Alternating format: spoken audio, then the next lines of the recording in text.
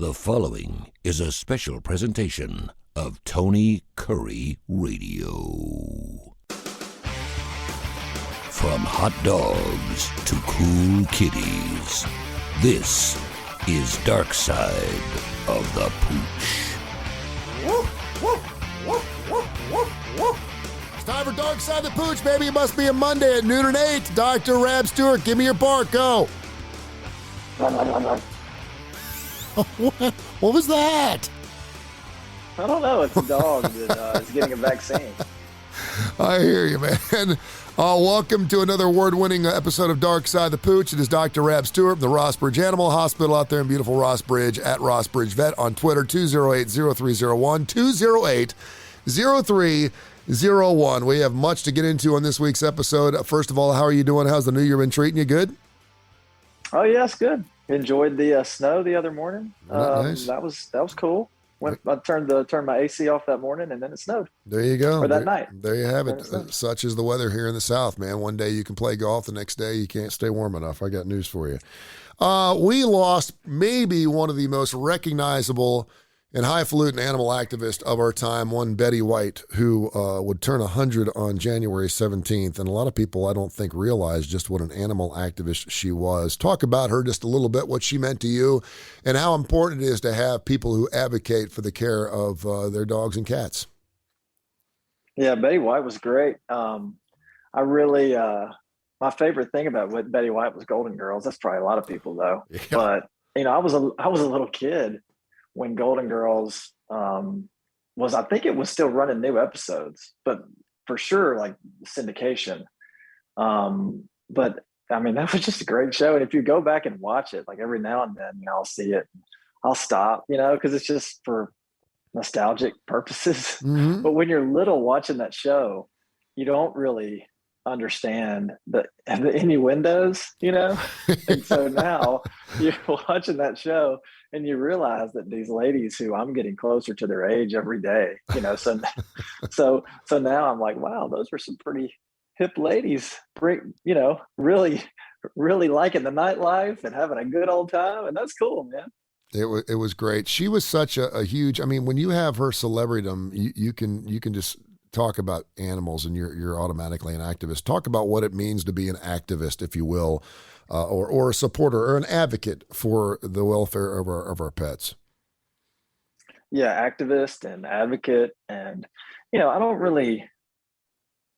know the Webster's difference, between those two things. But, I would think that one is probably a little more high profile and out in the public, and the other one is just kind of more of a day-to-day person. But she was both, she kind of talked the talk and walked the walk. And she was just, obviously, I didn't know her personally, so I can't get into any of that stuff, but just from her, public appearances and everything, she just seemed so genuine and so loving and caring. And I think that if she was not that, then she really had a lot of people fooled. And I guess she was a really good actress if that were the case. But she just had such a, her public persona was so loving and caring towards people and animals. And it was, I don't know, she was just kind of like the quintessential grandmother, so. She was awesome. We'll miss her. Dr. Rab Stewart joins us here in the Rossbridge Animal Hospital at Rossbridge Vet on Twitter. Also, of course, on the Facebook page, Rossbridge Animal Hospital. We do Darkside the Pooch at noon and 8 every single Monday. It's Darkside the Pooch Monday here on Tony Kurre Radio. It's interesting because, I always remember to have your spayed or neutered. We heard Bob Barker do it for years and years and years.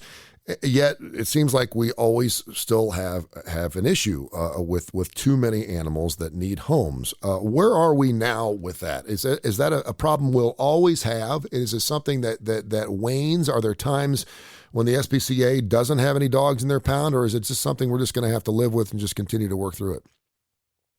I think we'll always have it, because it's not, we're in our area. Everybody is. There aren't just dogs running around, where we are, but there's still places like that all over the country. And I think there always will be, especially with cats. Cats can reproduce faster than, you can I mean, it's like lightning, Yeah. So I mean, it's hard to keep up. And then it's also the there's also the problem with catching them. If you have a wild dog, and I mean, I'm not talking about wild dog like a Yeah. coyote or anything, but Mhm. a wild, non-domesticated dog. It's hard to catch them, and cats, it's hard to catch them. I've had people over the years, they come up to me and they think that there's some kind of form of like oral birth control, that you can, hey, do you have anything that you can give to me and I can put it in this feral cat's food? Because they keep coming up and there's more and more of them and I can't catch them. And can you just give them birth control? I mean, that might be something one day that we can do, but it doesn't Why really isn't exist there right birth now. control for dogs and cats? Why is that? I don't know. I mean, I But would think that would be something that you could create, correct? maybe there's a market. I don't know. Every time we talk, I think I feel like we're on to something, and we have this thing that we can create. Yet again, here we are. But let us know, people out there. Are you interested in giving your pets birth control every day? If so, send us a letter. Oh, it'll be like Vervecto. It'd be something you give them once every 3 months, like heartworm or something, right? And it keeps them from becoming pregnant over the course of a. I would think there's got to be something out there that can be done with that, and obviously. I would think that would be a grand idea. It would take care of a lot of people. Listen, we're such a simple society. We want to make things as easy as possible, and maybe a free spade or neuter at your local shelter or something like that. And you can't get people to go because they don't want to take time out of their busy day to take their animal down there for 15 minutes and bring them home, and they're going to be scratching themselves. They're going to have to wear a cone in their heads. I'm like, just do it. It's the right thing to do. Yeah, it is. And the interesting thing, I've told people this many times. They're worried about pain and they're worried about their dog, being in pain and being in pain for a long period of time.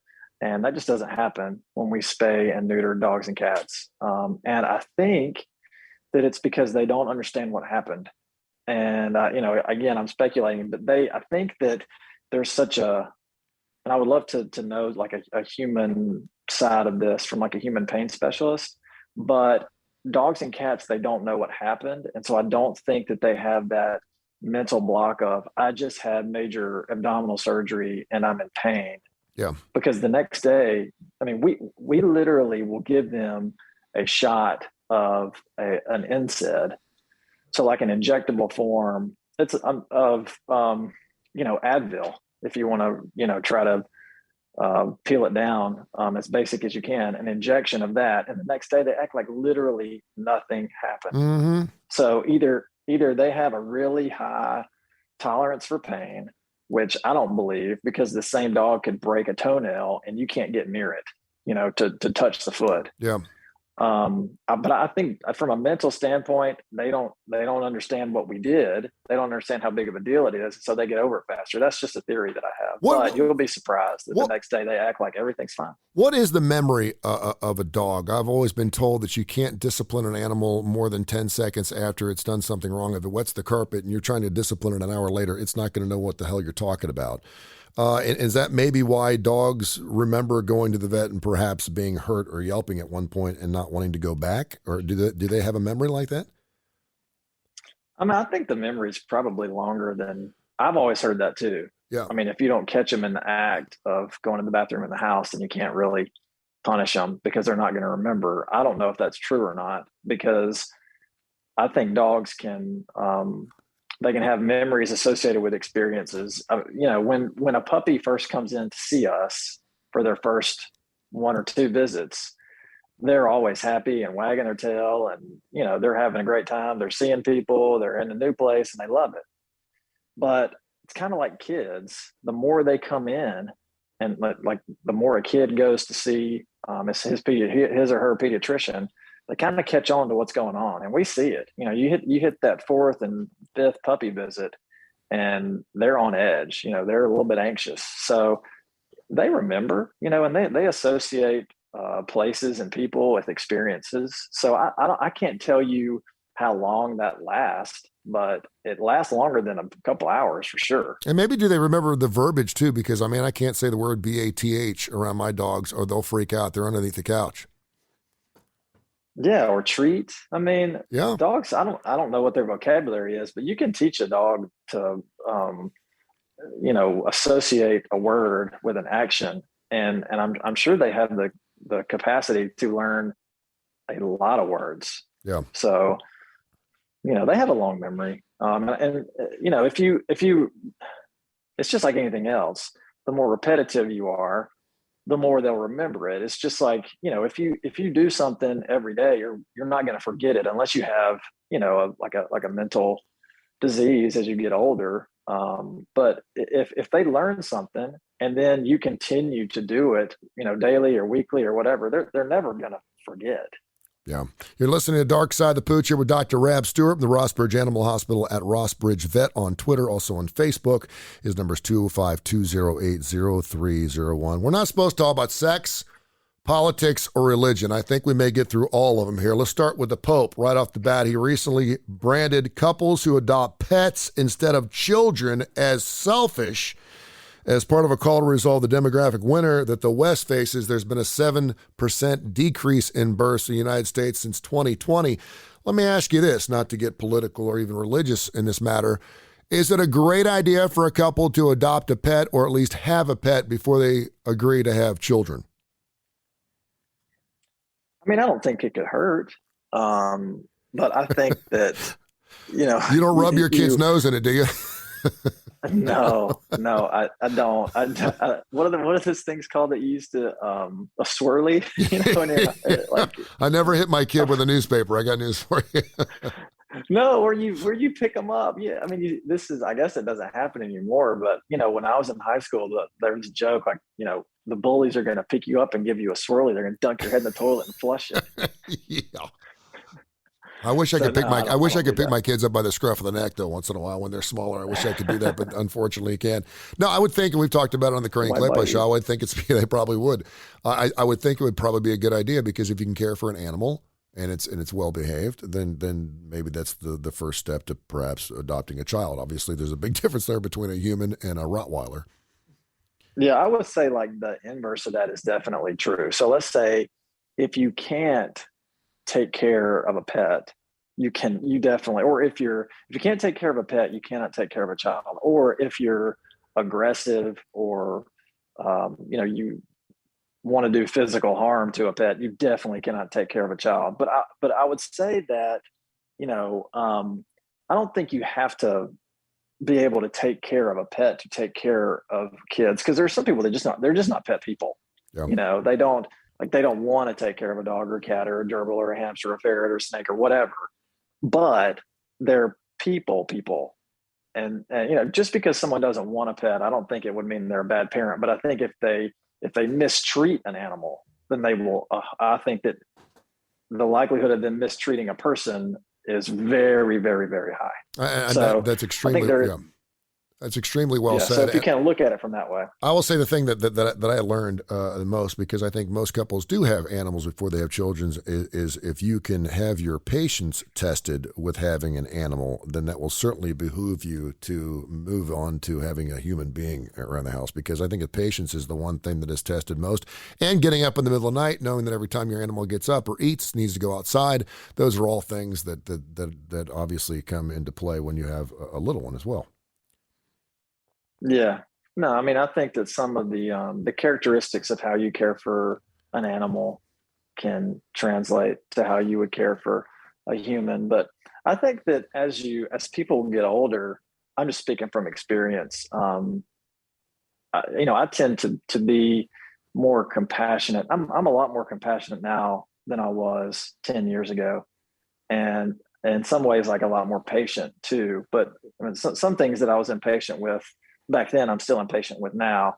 But I think as you get older, you kind of mellow a little bit. You just kind of learn to go with the flow. So I'm getting off in the weeds a little bit, but I think people can change. I think people can become a little more compassionate and caring. Now, you're going to be an awesome veterinarian when you're like 90 years old and you're still at Rossbridge Animal Hospital. I got news for you. Because let me tell you something, because I've seen veterinarians, and you've got this this strong, gentle touch. Does that make sense? Like you can force animals to take pills and move in a certain way, and you're sticking things in their backsides and everything else. Where, you know, we're sitting at home and we got three of us sitting on top of our dog to take a stool sample, and you just whoop, and it's next thing it's done. It's like, what just happened here? It's just amazing how well you work. You want to do some Mutt Mail? You ready? Yeah, let's do it. TonyCurryRadio.net, TonyCurryRadio.net. Leave your email questions, become a bonehead, and we get emails all week, every week for Darkside the Pooch. This from Layla in San Francisco. She said her veterinarian diagnosed her animal with high anxiety and depression, and she suggested that her dog go to a pet therapist and or psychologist. Have you ever heard of a thing? Is that a West Coast thing? Do they exist? Yeah, but I think that it may be a behaviorist. So I think you can put those in the same kind of category. So there's dog trainers, and you know, you can be a self-proclaimed dog trainer and only have real life experience, or you can be a dog trainer that has been trained by someone, you know, somebody that has been doing it for a long time, and maybe there's some type of certification you can get, or you can be a veterinary behaviorist. And so the difference between a behaviorist and a trainer is that a behaviorist is also a veterinarian. They went to veterinary school, but then after that, they did a residency in behavior. So when I was at Auburn, we had a behaviorist there, a great guy. I think he lives in Birmingham now. His name's Larry Myers. And so he had a residency program, and we had lectures on behaviorists. So I would bet that the person that Layla's talking about is a veterinary behaviorist, somebody that is a veterinarian, but then did a residency so that they can have some specialization. Tim in Montgomery said, what's the best guard dog to have when you have small children? And I'll expand on that a little bit. Can you have small guard? I guess it depends on what you want your guard dog to do. Are you wanting it to protect your life? Are you wanting it to be just a fire alarm or a smoke detector, just to bark when someone comes to the front door? Well, what are you wanting it from your guard dog? But what is a good medium-sized or large-sized dog that would be good to train as a guard dog around small children? Well, I think any dog can be a guard dog. Our mixed breed dog is 40 pounds of guard dog.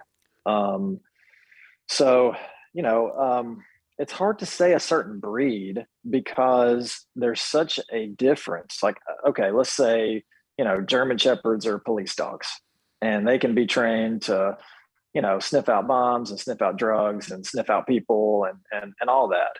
But you could train any dog to do that. But you can also have a German Shepherd that is not interested in protecting you or your family at all. So, you know, I don't know that there is just 1, 2, or 3, whatever, top 5 breeds to protect your family, because you can have one of one breed that would be great at doing that, but then the same breed that it's going to cower down and roll on its belly and let somebody walk all over it. So, you know, that's a tough question that I don't think there's a real answer to. I think that you could probably, you know, if you wanted to have a dog trained to protect you, I think you could get it. The type of dog is less important than the trainer that you take the dog to. So I would tell them, don't worry so much about the dog.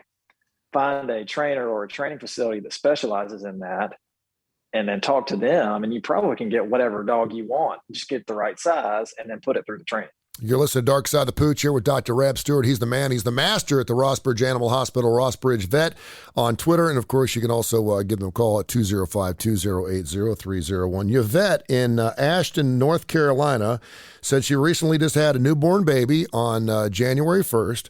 And she said they've had a dog for about 5 years and that the dog continually growls at their child when they're holding her. Obviously, there's some type of alpha dog situation here, but it makes her very unnerved to know that this animal is growling at their newborn. What can you do to fix that? And how do you discipline an animal? I had the same situation when we adopted Santa. We brought him home. He was already crawling. And whenever he obviously get near the dog bowls or anything like that, the dog would growl at it, and I'd just about lose my brain. How can we fix that? Well, sometimes there is no fix. So I would say, first of all, just be very careful, because yeah, we would want to be able to fix the behavior and keep the dog in the house. But just know that sometimes there is no fix, because the dog was there first, and the dog wants the attention. And the dog is I don't know if it's dominant, but it certainly wants the attention and affection. And I'm not sure what's going through the dog's head, but it's a new thing. The baby is a new thing, and the dog might be trying to protect the owner, because the dog doesn't understand That's that a good point. this is a baby. So I think that the dog is probably either afraid of the baby or afraid of what the baby might do to the family. I think if I can interrupt, I think one of the most unfortunate things is when people all of a sudden have given the dog carte blanche of the house. It sleeps with them. It goes with them everywhere they go. And all of a sudden that animal's not part of that routine anymore because there's a newborn in the house. And all of a sudden the dog's outside for 12 hours a day. That's not the right way to go about it either, right? Yeah. Again, it depends on the personality of the dog. When my wife and I first started having kids, we had 3 dogs, and one of the dogs could not care less about the kids. One of the dogs, anytime a kid would get near it would growl, and we would worry, and we had to be sure that the dog wasn't really around the kids. And then we had another dog that was great, and the kids could crawl all over it, pull its tail, and it didn't matter. But it's possible that with time the dog can be conditioned to understand that the baby is not going to be harmful, and it doesn't need to be afraid of the baby. So that can happen with time. That just has to learn. But if you're gonna try to do that, it's really important that obviously you're paying close attention. And I would tell people to have the dog on a leash, even in the house. And if you're trying to introduce new things to the dog, it's got to be done very slowly over a period of time. But there's also medication that you can give if it's based on anxiety. If the dog is anxious for one reason or another because of the new baby, then try some medication that, either something like Prozac or clomipramine, trazodone. Those are all really, popular kind of mood altering drugs for dogs with anxiety. It takes me back to the Lady and the Tramp scene where everyone thought that the dog was attacking the child and he was just trying to chase a rat to get the rat away from the baby. And next thing you know, it was like an issue. And that poor little lady was put out in the barn, outside. Poor thing. A poor thing. Lisa in Frankfort, Kentucky here, Mutt Mail on Darkside the Pooch. We do the show exclusively on Tony Kurre Radio every single week on Darkside the Pooch, Mondays at noon and 8. You go to TonyCurryRadio.net, leave your emails, and we'll read them right here on Darkside the Pooch, a weekly with Dr. Rab Stewart. Lisa says she's got a very anxious cat. That's very, very skittish. What cat's not anxious or skittish? She just installed dog doors to go into a walk-in closet so they can poop in there, and their cat, but she can't get her cat to go through the dog door. She's done everything from stuff it through to put treats on the other side. She's done everything for weeks, and the cat will not go through the door. Is there anything she can do to fix that? She's done already all the things that I would think would work. So I guess is she, and I don't think this would be in the email, but rather than having a dog door, like if she's trying to make it so the cats can have access to the litter boxes and the dogs not have access to it, there's a really good product from it's probably a nationwide company, but it might be like franchise, but the electric fence company, they can come in and they can put up like these barriers that are, it's basically an electric fence, in your house, but there's these little things that you can attach and it'll create a perimeter so that you put a collar on whichever pet you don't want to go through that area, and they won't. So you could get a product that you would make it so the cat is not wearing a collar, the dog is wearing a collar, and the cat can go through an opening, but the dog will get buzzed if he does. So that's a little maybe more expensive than what she's installed, but it could solve a lot of problems. You mentioned at the top of the show we had some snow here in the Birmingham area. Is very nice. And Tiffany in Birmingham said, what gives dogs the crazies? She said it's great. As soon as she lets the dogs out in snow, they've seen snow before, but they just run in circles for a half an hour and they just absolutely love it. What gives dogs the dog crazies? I don't know. But it's great my to dog, see. Yeah, it's funny. My dog gets it when he comes back in from being outside. Yeah.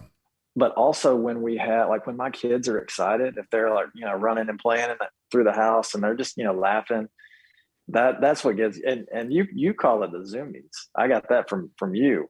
I've heard you call it the zoomies before. So my dog will get the zoomies when that happens.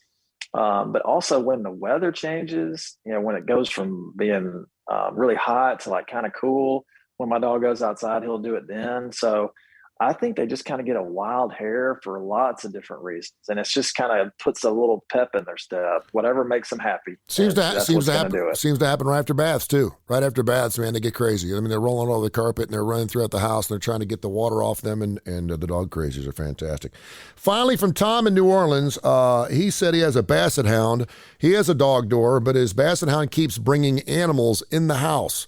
He said he brought a real live possum in a couple of weeks ago. Obviously, it was playing dead, so he thought it was dead. It was alive. And he said he appreciates his animal bringing him gifts. I mean, that's always been, is that a myth or not? Dogs are always bringing animals. Cats always bring, I get moles and rats and all kinds of things at my front door almost every single morning.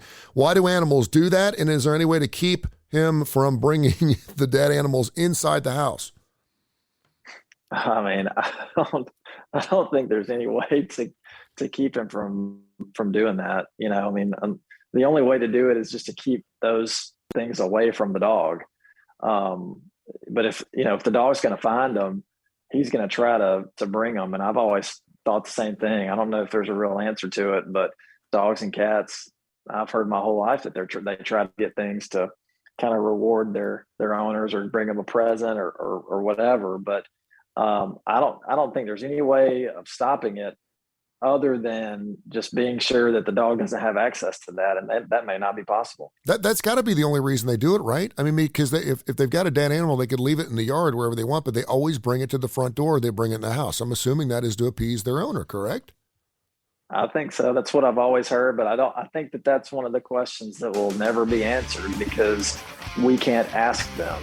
It's like they can't tell us why they're doing it. You know? Go to TonyCurryRadio.net. That's TonyCurryRadio.net. Our website is fantastic. Become a bonehead. It's free, obviously. Leave an email for Dr. Rab Stewart for Darkside the Pooch. He's on every single week for Darkside the Pooch, Mondays at noon and 8 right here live on Tony Curry Radio. Tell everyone how they can get in touch with you, where you're located, and just how wonderful you are. I'd like to think we're wonderful. Yeah. So come and see for yourself how wonderful we can be. But you can find us. We are, of course, in Ross Bridge on Ross Bridge Parkway. Our phone number is 205-208-0301. You can email us at rossbridgeanimalhospital@gmail.com. You can find us on Facebook. I love you, brother. You're fantastic. Until next week, we'll talk to you, man. Thank you so much. Love you, man. Thanks, buddy.